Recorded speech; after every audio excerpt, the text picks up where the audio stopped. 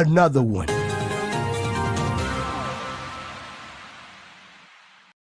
All right, so this one is straight to the point. It says, all right, how can I get started in QA? What is the difference between a tester, an analyst, an engineer, a software developer? A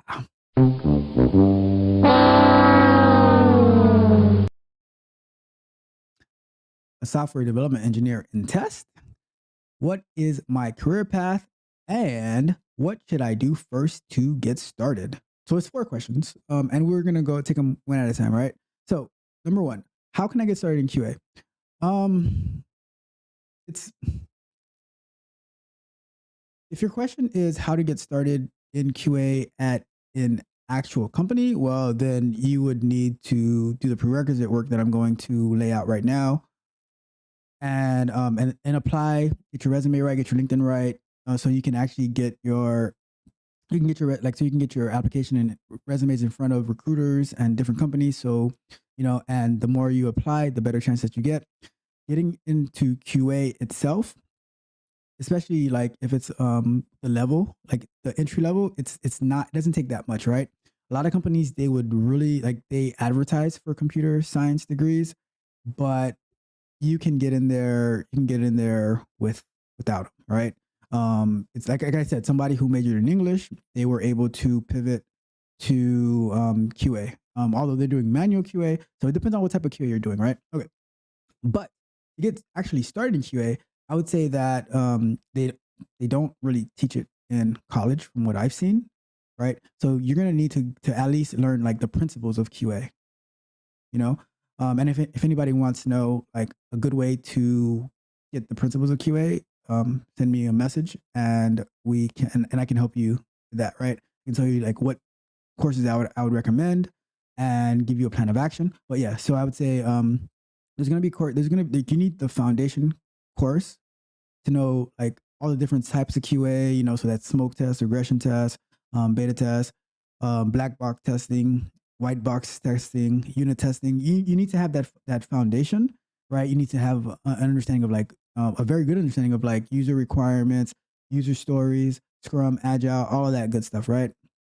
So you need to get started. So that's the number one way to get started.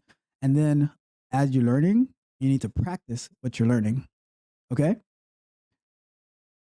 So, and by that, it's like going to different websites, writing test cases, writing defects, and even if they're not like true defects that you're finding, but write defects in the way that you would write them, to get that practice. Because if you know me, I always talk about practice. I preach practice, okay? Because the way you practice is the way you're going to perform. And yeah, so then and then eventually, like, you want to learn automation. You can kind of do it side by side, but the most important thing to get started in QA is to learn the foundations of QA, which I do not believe they teach you in college. They might do a little bit of unit testing, very very minimal, because what I see, like when people who are coming out of college, they barely know how to write good unit tests. So you do want to get that foundation. And then, okay, what's the difference between a tester, analyst, engineer, software developer? Yeah, again, software development engineer in test. All right. So the tester, and this is from my perspective, from what I've seen throughout years, right? And we even had like at one company that we had, we actually ended up separating the QA testers from the QA analysts, from the QA engineers, right? The QA engineers were they were like pretty much they were pretty much SDETs, right? But I do think SDET is different from a QA engineer. So the tester is pretty much the person who executes the actual test cases, right? Um, they they pretty much follow the test cases and they create defects. They will, once the defect is fixed, they will go through it to make sure that it has been fixed. But to me, and this is to me, that's pretty much the role of a tester. They they execute tests, right? They are human seleniums, or human automation scripts, right? And they can also, and that's not too nice, right? Because they do more than that, because they actually see things that an automation test can't see, like the visuals and stuff like that. So testers are needed, because we're not going to get back into that debate, but they're needed to a certain extent, right? They are not as massively needed as they used to be in the past, because we have been able to push automation closer and closer and closer to we've been able to push automation closer and closer and closer to capture more things.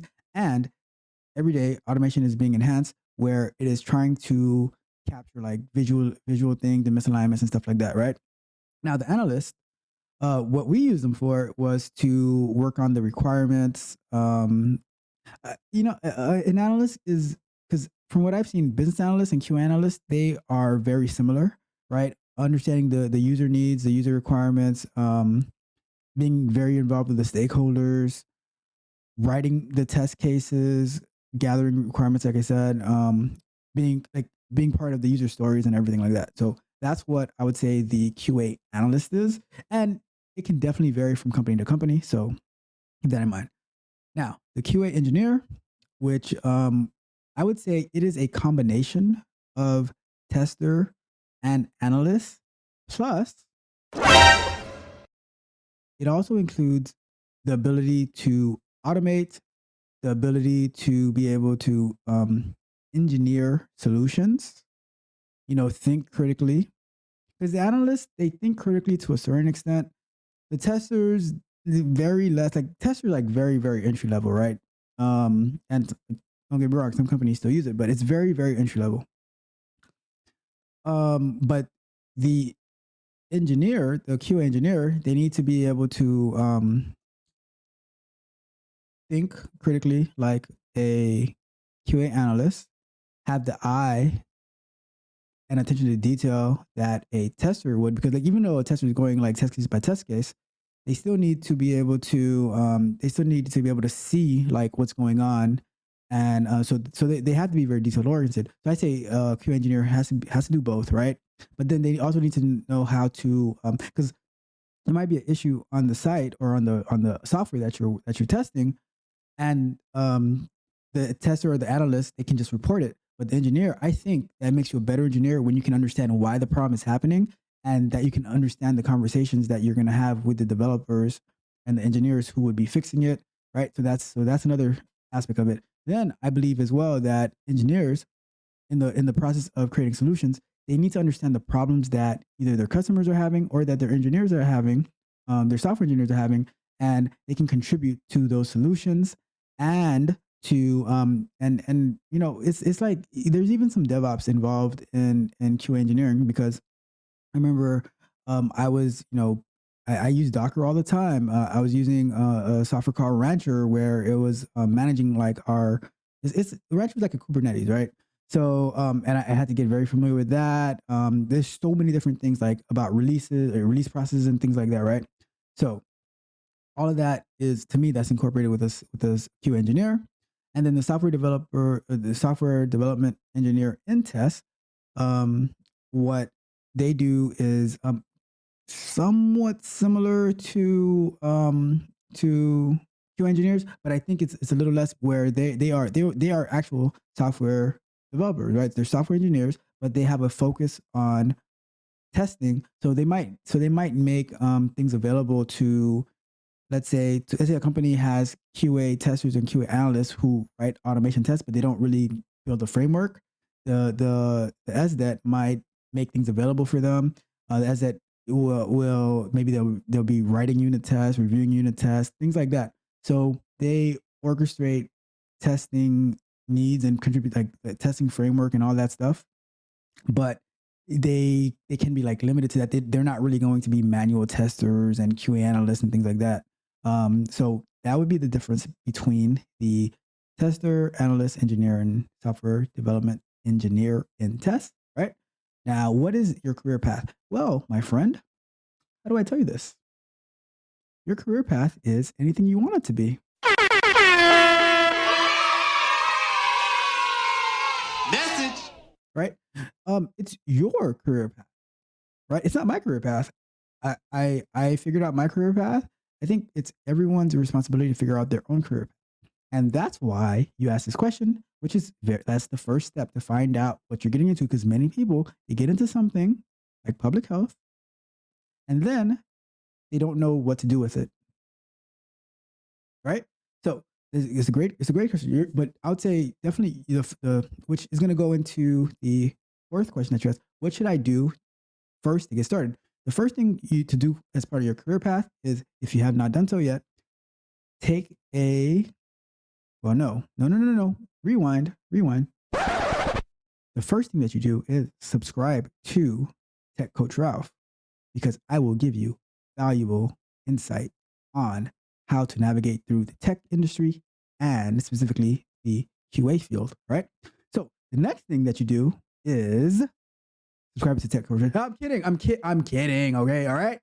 Give me a break here. All right. So, but definitely the next thing that you do is you get familiar with the QA principles, right? The foundation of QA, learning all the different type of testing, how to write proper test cases, how to write proper defect reports, how to be, so all of that, right? You need to get that foundation of QA, right? So that's the first thing to get started. And then you also want to, like, make sure you have good communication skills, written and oral, right? So I would say those are the first things to get started. And then I would highly encourage you to learn automation, learn a coding language, and that's the start. But you do want to get well-versed in multiple coding languages, multiple automation frameworks, all right? And on this channel, we will definitely do that, because I have plans to go through Cypress. I have plans to go through Playwright. I have plans to go through Detox. All right. So follow along and we will get there. And we have Sean says he's adding. I love it. Sean is adding to the conversation. He says, solid foundation is a must. Exactly. Shout out to you. Especially during an interview. And that's the most important part, right? Because I think I said this on last show, is that you must, you can have all the knowledge in the world. And this is for anything in tech, right? You can have all the knowledge in the world. You can be a genius in tech. But if you can't articulate what you know, you're not getting it, right? So let's say they give you a coding interview, right? Like, or a coding project. And now you write the project and but now they ask you to explain it and you can't do it. You're gonna like, oh, so it's like you didn't do this. Somebody did it for you, right? You got to be able to articulate, right? So that is what I would say to that question, right? How you can get started, the difference between tester, analyst, engineer, SDET, your career path, and to add real quick, your career path. So yeah, you get started by getting the foundations, right? Getting good communication skills, and then become a QA, maybe tester, analyst, something to that extent. Entry level, you learn automation, and you become a QA engineer, and you just keep learning different languages, learn infrastructure, learn about AWS. You don't need to be an expert in any of those except for automation, right? You do want to become an expert in automation, but you don't need to be an expert in all those other things. You just need to know enough to be dangerous and that you can learn more when necessary, because that's what I do, right? I'm not an expert in AWS, but I can navigate around it. I can research to see what I need to do. So that is, I would say that's your career path. And then you can go, and there's like in QA, like the way that my company structures it, like there's like QA specialist, QA engineer level 1, QA engineer level 2, level 3, and then you have the senior QA engineer, you have lead QA engineer, and then you have a staff QA engineer, and then there's director, right? So there's like a whole pathway. So that's the career path for individual contributors, and there can be a manager, senior manager, like so many different things. So that would be your career path if you want to go down that path. So great question. And I know we went much longer on it, but this is a very important and foundational question. And it kind of applies to most fields in tech, but this one is specifically for QA. So shout out to that question.